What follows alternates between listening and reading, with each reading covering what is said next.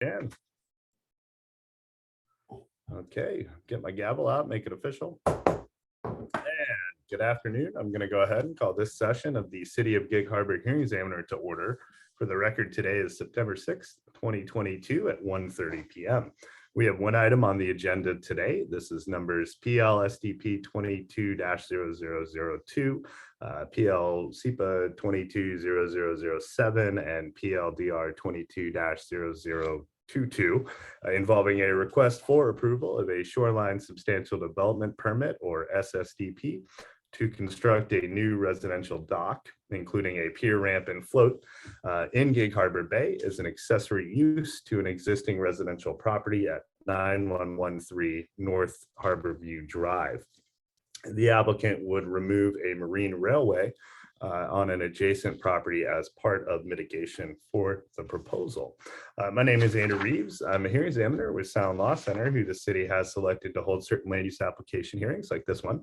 And my role today will be to collect evidence in the form of exhibits and testimony to determine whether this proposal is consistent with the city's comprehensive plan, zoning ordinances, critical areas ordinances, and because it involves work within the 200-foot shoreline jurisdiction of Gig Harbor Bay, ensure it complies with our state Shoreline Management Act from Chapter 9058 of the Revised Code of Washington, the Department of Ecology's adopted regulations related to the shoreline, which are located in chapters 173.26 and 27 of the Washington Administrative Code, or WAC, and the city's own adopted Shoreline Master Program, and the specific requirements for approval of an SSDP contained therein.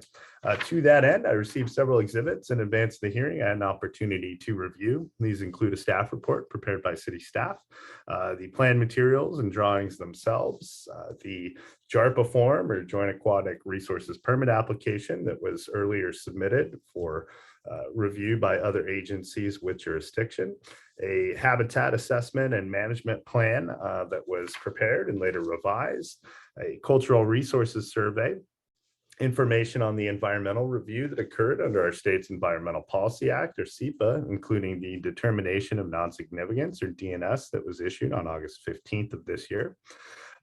Information on some comments that were received. Essentially, Department of Ecology had some generally sort of pro forma comments, and then there were requests by both the Puyallup tribe and the Squaxin Island tribe for a cultural resources survey, which was then later performed. So I think those have been addressed, but we can talk further about that.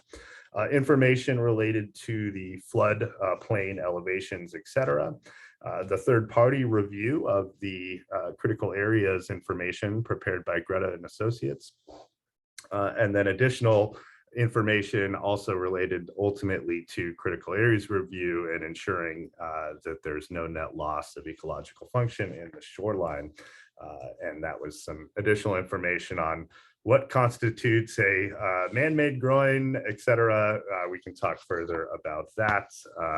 And I think then that would be exhibits A through P that I'll go ahead and admit at this point. Should anyone have additional exhibits they would like admitted into the record, let me know when it's your opportunity to testify, and I'll address admitting additional exhibits at that time. All testimony today will be under oath or affirmation. That's because we're my decision to be appealed. In this instance, to the, I think, Shoreline Hearings Board, the recording of the hearing, as well as the admitted exhibits and my decision, would serve as the foundation for any such appeal. I may and sometimes do ask questions of those that are testifying. I'm not trying to trip anyone up, just trying to ensure I have a thorough understanding of the proposal so that after the record closes, I'm able to produce a decision that is hopefully clear and legally defensible. Finally, the order we typically follow, and I believe we're going to follow today, is first we'll hear from city staff, who will give a brief overview of the proposal and the review process that led us to today's hearing.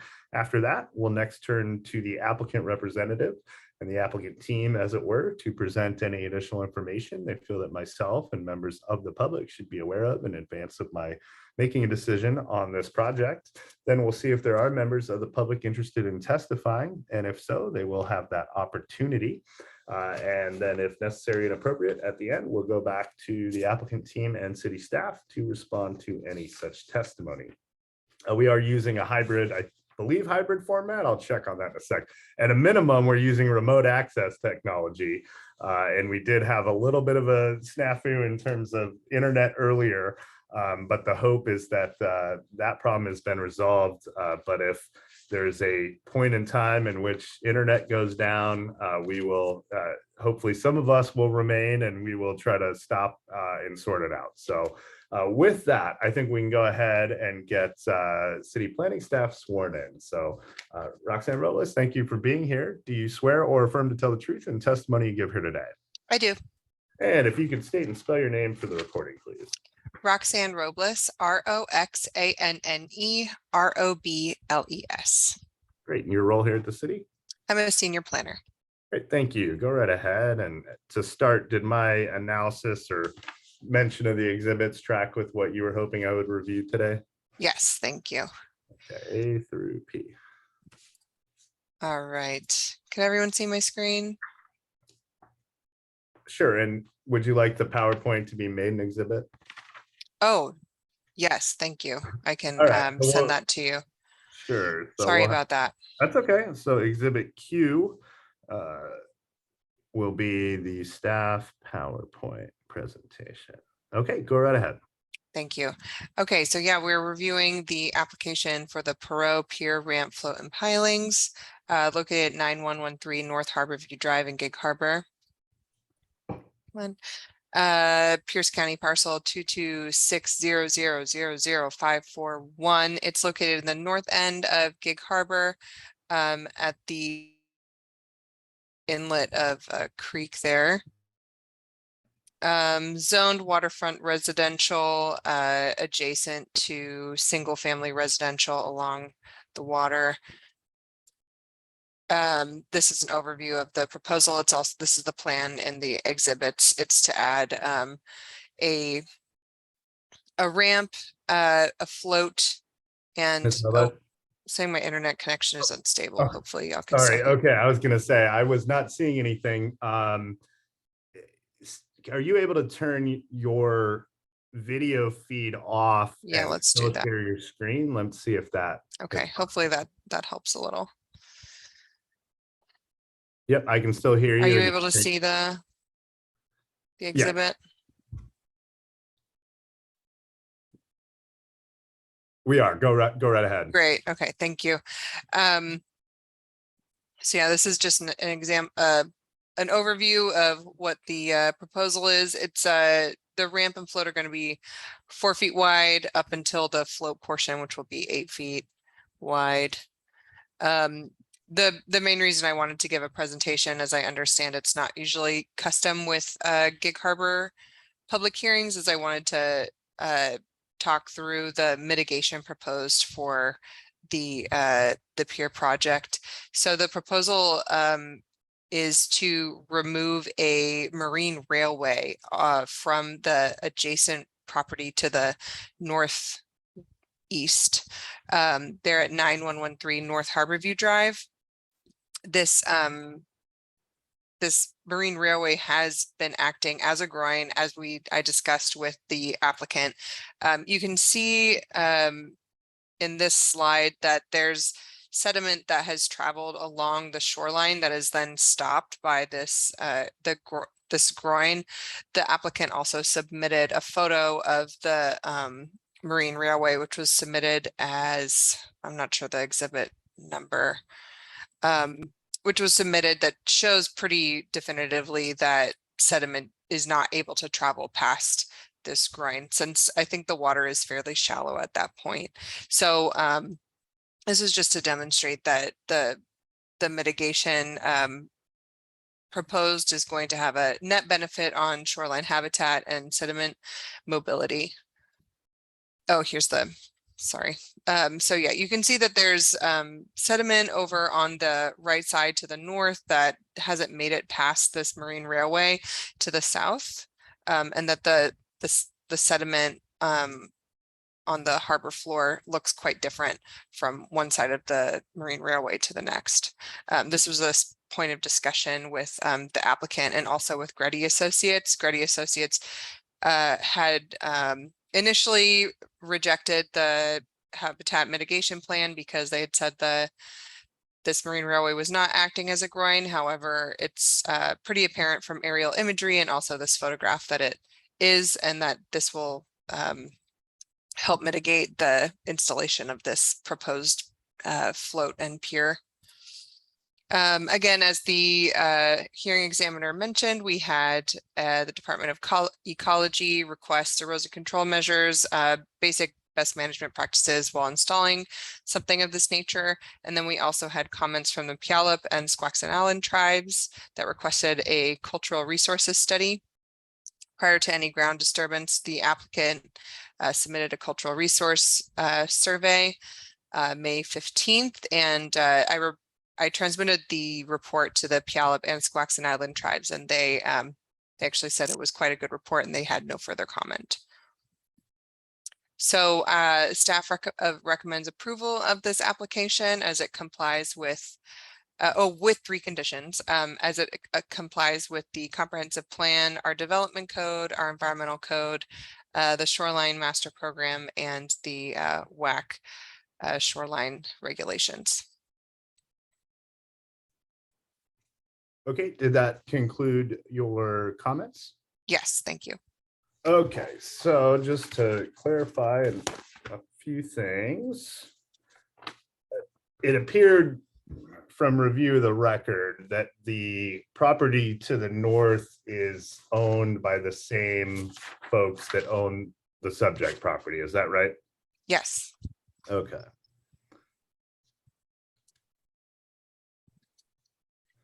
And I asked because obviously, if that were not the case, one would wonder if there were any issues with removing a marine railway off someone else's property, period, let alone as mitigation for this. But clearly there's the same actors involved. And so that is essentially a non-issue. I guess my only thought, as it were, would be that because while that is certainly true this exact second, the only thought I had would be, would it be appropriate to sort of require removal of the railway prior to installation of the pier?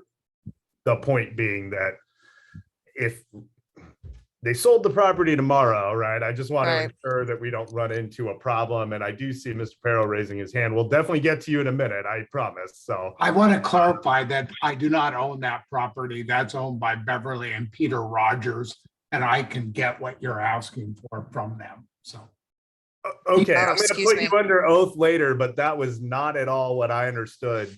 No, I used to own it. That's why it's confusing. So.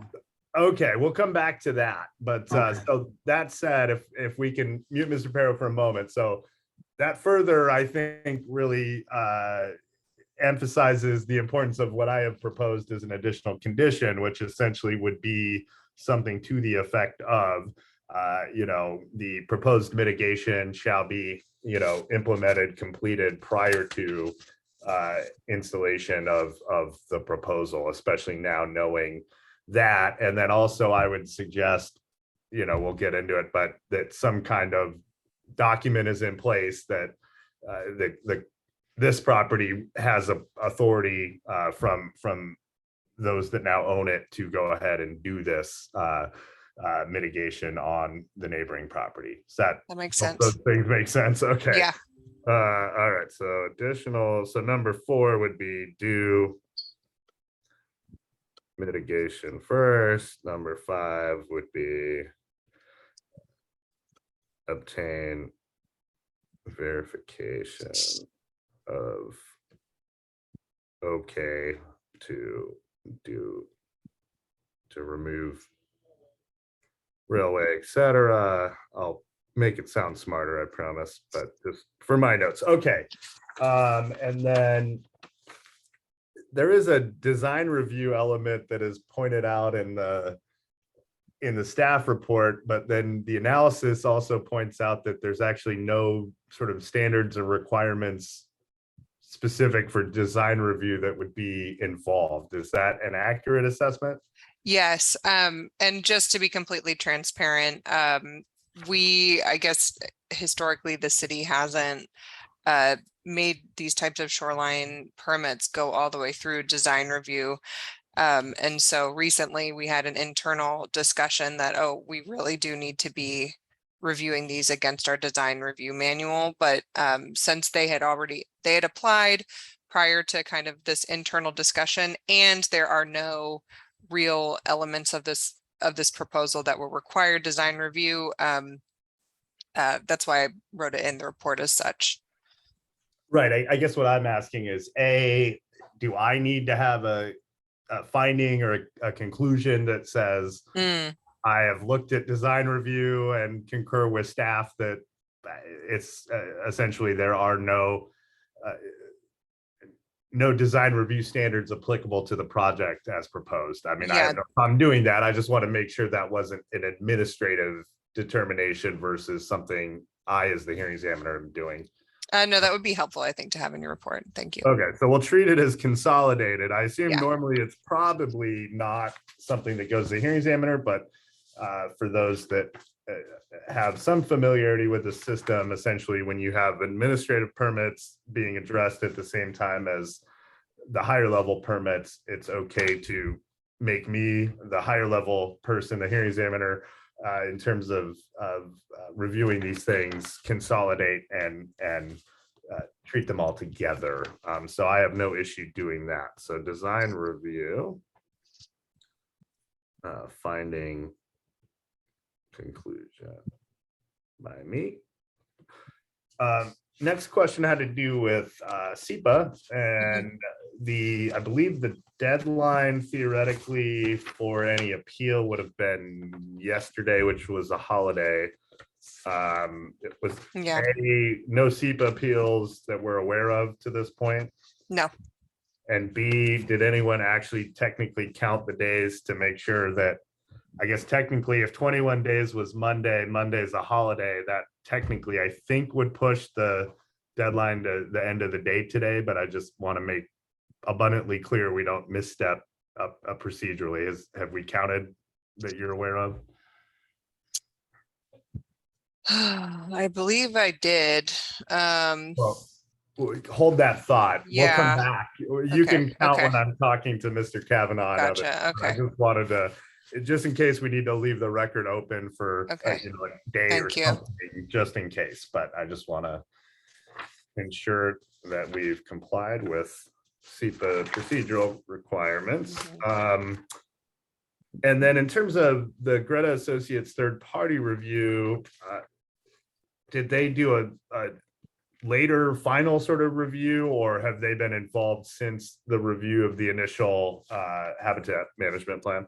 They submitted, their technical memo, and then I had several discussions with them around their findings and recommendations. And then their basic recommendation was that, it was up to city staff to determine if the mitigation proposed was in line with no net loss standards for the shoreline master program, because the proposed they were using a mitigation standard from the U.S. Army Corps of Engineers, and the removal of a groin basically has a very flexible definition for no net loss. And so Grady was getting caught up in the flexible nature of this mitigation standard, and so kind of recommended that city staff kind of make the final call.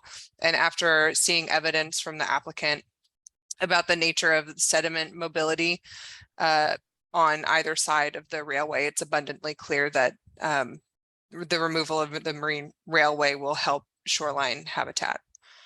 Right, all the nutrients will be able to drift back and forth for the fish, etc. was the thought that staff had. I guess the other question I had was, I know that the reports were updated in light of the Greta technical memorandum, but I believe the memorandum noted that there's sort of that adjacent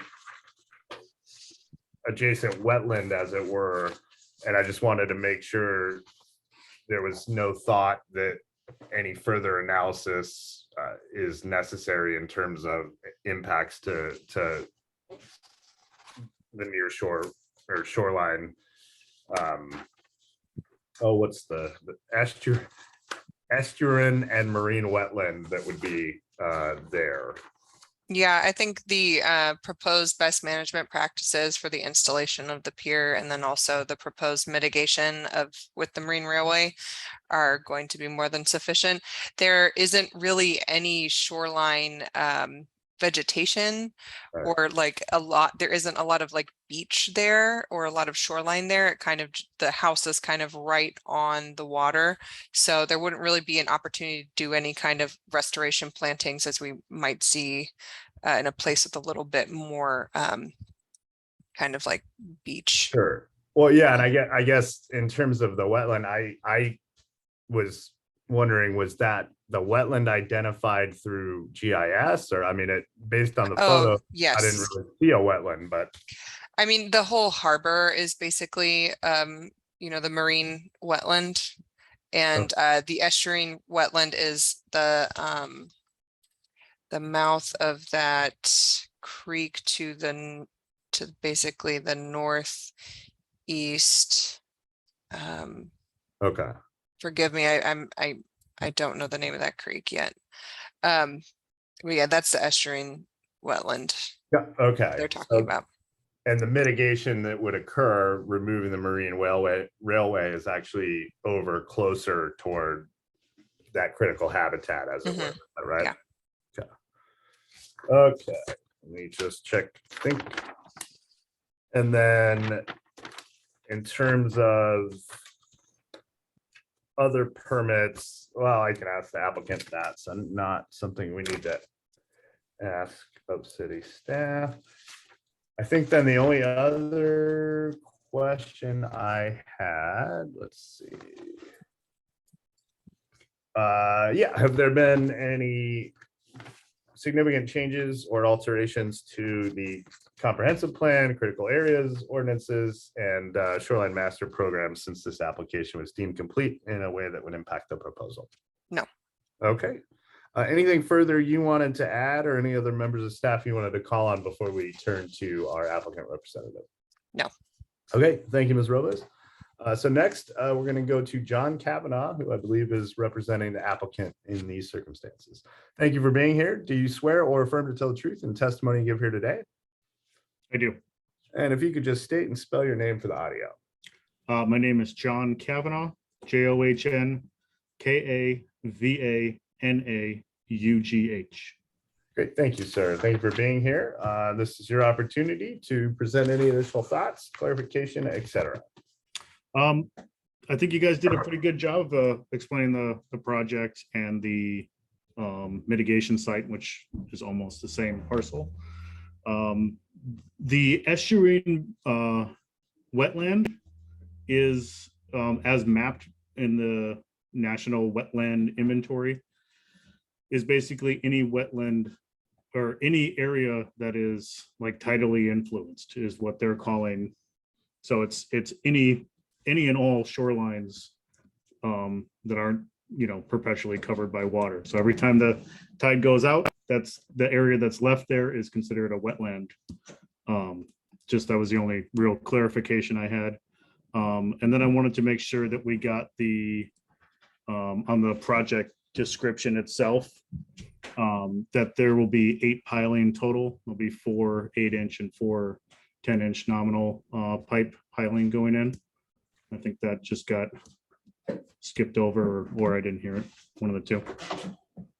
Oh, got it. So It's well described. Yeah. Piles are required to Yeah. uphold the structure that is being built. It's clearly in the materials. I Yes. didn't mention it, and it might not have been in the PowerPoint, but yes, we are not yet at the point where this will be levitating through magnets or magic above the water is the idea, right? No, but once that technology arrives, we will be interested. It's gonna be great. Okay. And then the sort of back and forth you heard between myself and Ms. Robles, that all made sense in terms of Greta's involvement and your thoughts on where things stand, et cetera. Yep, I think everything seemed to have worked out. I guess my classification of this thing is a groin stirrup a bit of trouble. And the intent, I think, is there, and it seems as if the city agrees that the intent is not to misclassify it or anything, but the intent is to describe a structure that is preventing, the gravels and nutrients and all that from traveling from one side of it to the other. And even if we kind of took that away and called it something else, I mean, it's clearly disturbing the beach substrate, and removing it is definitely a good thing. So Sure. I mean, we can call it, I think we on this project in particular, we got caught in a couple spots like the wetlands. I think that's kind of a weird way to look at the tidally influenced area as a wetland, but it is technically correct. I think we keep getting locked down in these little minutia arguments, and overall the project goals aren't really changing. So I think we can call them whatever we want, but I think the overall goal is that things are going to get a little bit better. Sure. So, and that railway, I don't know if it's defunct or not. It's, a little hard to tell from the pictures, but essentially that railway is closer to the where the creek comes in, Yeah. which feeds the harbor, the bay there. And so, there would be removal of something right on the substrate that is blocking all the good nutrients that would be flushing it otherwise. And then what's being proposed as a pier, ramp, and float, not that, in and of itself, those are good things, but if you're looking at one versus the other, the pier, ramp, and float will only have the 8 piles that impact the substrate itself, and then the structure will be elevated such that, you'll have littoral drift and all that stuff. Is that an accurate sort of way of thinking about it? No, that is exactly what I was getting at. It's that we can call it different things, but yeah, Right. your summary of that is exactly what I was Sure. thinking. That the other thing we got a lot of pushback on was the square footage is different between the two structures. And then, the simple response to that is like not all square footage is the same. If we have things contacting the beach, they're different than things that are Sure. elevated and graded and Well- allow for light transmission and are all the so those are the kind of things that we got dragged down in, and I think we've got through them all, and I think we pretty much are all on the same page now and agree that this is overall a benefit. The marine rail is not defunct at this point, but it's also not really used. So I don't know, take that whichever way you want. And then also one other small improvement that we're doing is at this point, overwater structures and over and in water structures, you're only allowed one per parcel at this point. So that parcel has both a marine rail and a pier, ramp, and float. And that was done under previous shoreline master programs where that was allowed. So we're now, by removing the marine rail, it'll have one overwater structure. The next parcel will have one overwater structure, and it kind of returns it, or doesn't return it. It brings it up to current standards. Got it. And, So I mean, and it's an extremely small improvement, but it's a little something, yeah, any chance to sort of bring things into conformity is usually Yeah. welcome. Just to completely make sure I get it and verify that Yes. this subject parcel does not currently have any pier, ramp, or float that would be replaced, nor, as far as we know, did it in the past. Is that accurate? That is accurate. Okay. And then my discussion earlier, did that make sense in terms of, and maybe that was already the plan, but makes sense in terms of remove the thing over there before constructing over here? And the in-water work windows, I assume, are the same for both, but I'm not an expert on these things, but does that seem to make sense in your mind? Yes. Okay. So the in-water work windows should be the same for both, since they're so geographically close to each other, a couple hundred feet away. But we let Washington Department of Fish and Wildlife determine that for us, right? We don't make any decisions on that at all. We just do whatever they say. And that's part of the approval process, which I'm sure is going to be your next question. on the other permits that we're gonna get. That was, you read my mind, sir. My next question was actually, any info you can provide on where things stand with other permits, which other permits. I got the sense that no, there wouldn't be like a section 10 permit or from Army Corps. I couldn't tell if there were any Army Corps required permits, but I think obviously the HPA would be required, but Yeah, okay, so the HPA, yes, it is required. The application has been submitted. The site visit has been done with the local biologist. He didn't see anything that would cause him any red flags. The only issue is until the review period for the SEPA determination of non-significance, that's part of their permit application materials. So until that time's out and issues are DNS, they can't begin reviewing it officially. oh, got it. Okay. So that'll start tomorrow. I'm assuming, since I think we determined already that is the review We were gonna process. check back in on counting fingers, but I just, so HPA, and then were there any Army Corps permits Yes. required, a 401 maybe, or? Yep, so there's the Army Corps of Engineers has been submitted for. It has made it through National Marine Fisheries and NOAA. There is a outstanding tribal thing that was extremely similar to what the city received. We haven't gotten the okay from them yet with the cultural resource study that we have provided them. And that's not abnormal. The process at the Army Corps just seems to take longer than it does at the city or at WDFW. So They're quite overwhelmed, I believe. yes, The last year or so, but so was it a section 401 permit rather than do you recall? I just couldn't remember what permit it would be, or. I'm terrible at those numbers. It's an Endangered Species Act we have passed, and the water. Got it. uh, I can I think it is 410. I don't know. I'm, like I said, I can't recall the numbers like that. But just to verify, it was, so we're waiting on an Army Corps permit and a Correct. GDFW permit. Correct. Yeah. So this is only one step in the process. And then those work windows, every once in a while are changed from the Army Corps of Engineers through NOAA or NIMS. They'll have some, or US Fish and Wildlife, they'll have some other requirement that is more restrictive. So whatever windows we get from them, whoever's the most restrictive, we stick to those and just plan around it. Right. But those are not available just yet. Okay, and then, excuse me, where I had a thought, I lost it. Give me 1 sec, it'll come back. Apologies. Sorry. The other thought I had was with shoreline permits, ultimately DOE signs off, and I assume, the applicant is aware not to start work prior to DOE Yes. signing off on things. One other thing I wanted to mention is on the removal of the marine rail and the install of the pier ramp and float.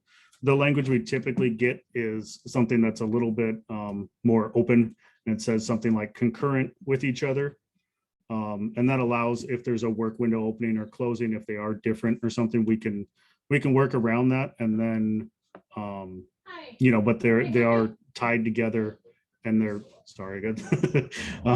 But they are tied together, and one cannot be completed without the other being completed. Oh, you're in marine floats. Sure, we'll move on in a sec. If you want to mute, I Sorry about that. acknowledge, and I'm happy to work through the language so that it makes sense. The thought being, though, that clearly, ultimately, the nice new pier ramp and float would not be allowed without removal as discussed. And, the concurrent thing makes sense in terms of if you already have equipment, et cetera, but I can work through the language, but that certainly makes sense. So. One of the other issues is we can't do them as two separate projects, where then the Army Corps of Engineers would get upset if we remove it before we install it and they're not quote unquote concurrent. Then they say, well, it's removed. You don't have any mitigation now because Oh, I don't know, got they're it. Okay. overly litigious on some of that stuff. Sure. So As long as there's some, you know, Yep. acceptable timeframes in there, that should be just fine. Okay. Anything further you wanted to add, Mr. Kavanaugh? No, not at this time. Okay, why don't we go to Wade Pero next? And I'm going to swear you in because you weren't sworn in earlier. Do you swear or affirm to tell the truth in testimony you give here today? Yes, I will. And if you could just state and spell your name for the audio. Wade, W-A-D-E, Perot, P-E-R-R-O-W.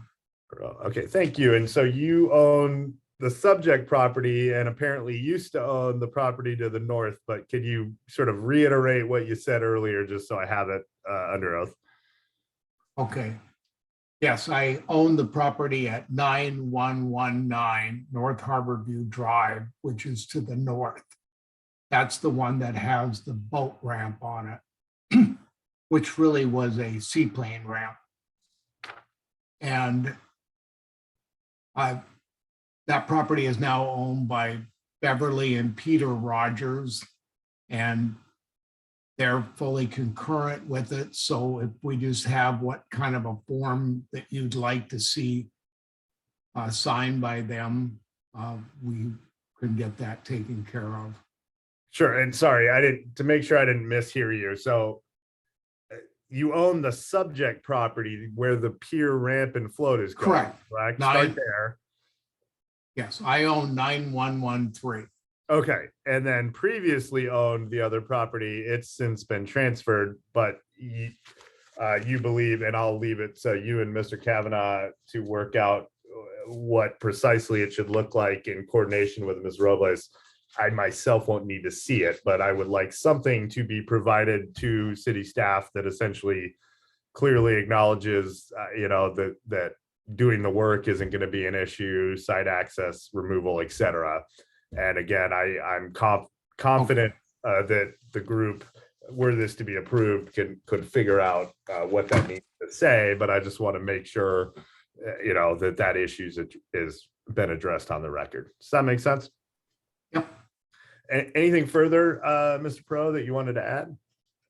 The only thing I wanted to comment, only because of my background in the construction and building business, is that it would be nice to make sure that it doesn't say prior to the installation the pier should be, prior to the installation of the pier, the marine rail needs to be removed. It should say something prior to the permit being approved, marine rail be removed. I'm making this point because if John comes in with his barge to, he has to unload the piling, the ramp, then they'd go over and with that same barge, lift the rails out. So it wouldn't. I think he was making the point too, which would Yeah. be have the language essentially explain that it needs to be concurrent. And I get it. Okay, I will do my darndest to craft a condition that makes sense were this to be approved. And if it doesn't look like it takes care of it, obviously, please ask for clarification as needed through the appropriate process. But I certainly understand the idea, and I'm not trying to make things complicated. But I recognize that, especially with work windows and barges, that you don't want two projects. So perfectly understood. Okay. that's all I have. Okay, let's see. I have one other panelist. I wasn't sure who this is. Is this city staff or another applicant member, or Tabitha Simonetti? I'm just part of Marine Floats. I don't really have anything to add. I think you guys all covered it. Excellent. Okay, thank you. And then in terms of attendees, I think we had one on earlier. They don't appear to be on now. But I'll go back to Roxanne Robles just to clarify a couple things. First off, was I correct? I think I said it wrong the first time and clarified. This was not advertised as hybrid, correct? It was meaning there's no place in the city someone could go to testify. No. Okay, it was remote only, which is great. Okay, so there's nowhere no one in a room waiting to hear or be heard from is my point. Yeah, I'm not at the city and I don't think Michelle is either, so it's hard to know. But We don't have any rooms set up. It's strictly remote right now. yeah. There you go. So no issue there. And then how did the counting days go in terms of SEPA and where we're at? So it looks like the 8th would be 21 days Okay. for appeal. All right. So Sorry about that. That's okay. So Thursday, September 8th. Yeah. So we would essentially need to leave the record open till close of day on the 8th. And then I would produce a decision within 10 working days of that. Obviously, if a SEPA appeal came in, I think we'd probably have to reopen the record to the extent that technically that would be a consolidated hearing, I think, but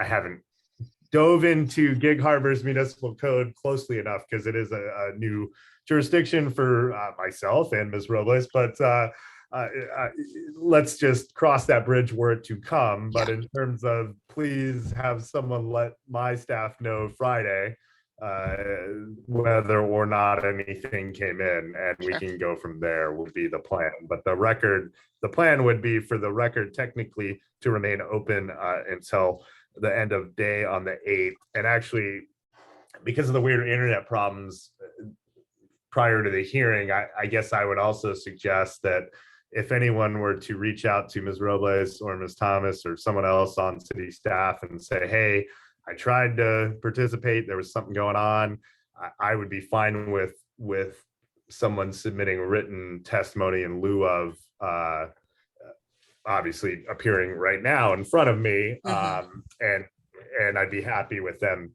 doing that here in the next couple of days. If it comes in later than the 8th, a day or two, that's fine. But my intent is that'll be where I start counting my 2 weeks. I don't want to hold anyone up is the point. And my office has also been slammed like everywhere else. We're finally getting caught up. But I certainly understand folks, not wanting delay. So that would be my thought. Does that all track and make sense? Yes. Okay. Anything further than you wanted to add, clarify, etc.? No. Thank you. Mr. Kavanaugh, anything? And did that all track in terms of SEPA with you? That all seems fine to me. I have nothing more to add. Okay. Mr. Perro, I see you there. Did you have anything final you wanted to add? Oh, well, thank you very much. Well-run meeting, and you have big shoes to fill with Steve Cusseau leaving, so. Yep, I big shoes in lots of places, and we'll leave it at that. I know Mr. Cusseau. He's excellent hearing officer, and I will certainly try my best. So I think with that, we can conclude today's hearing. So thank you, everybody. And Gig Harbor, by the way, this was Roxanne Robles' first hearing before the hearing examiner in Gig Harbor. And so she came from Kitsap County, and I know that she did great work there. So Gig Harbor is been lucky to have her join them. So nice to see you today. And I think with that, we can conclude the hearing. Thank you, everybody. Let me know about SEPA on Friday.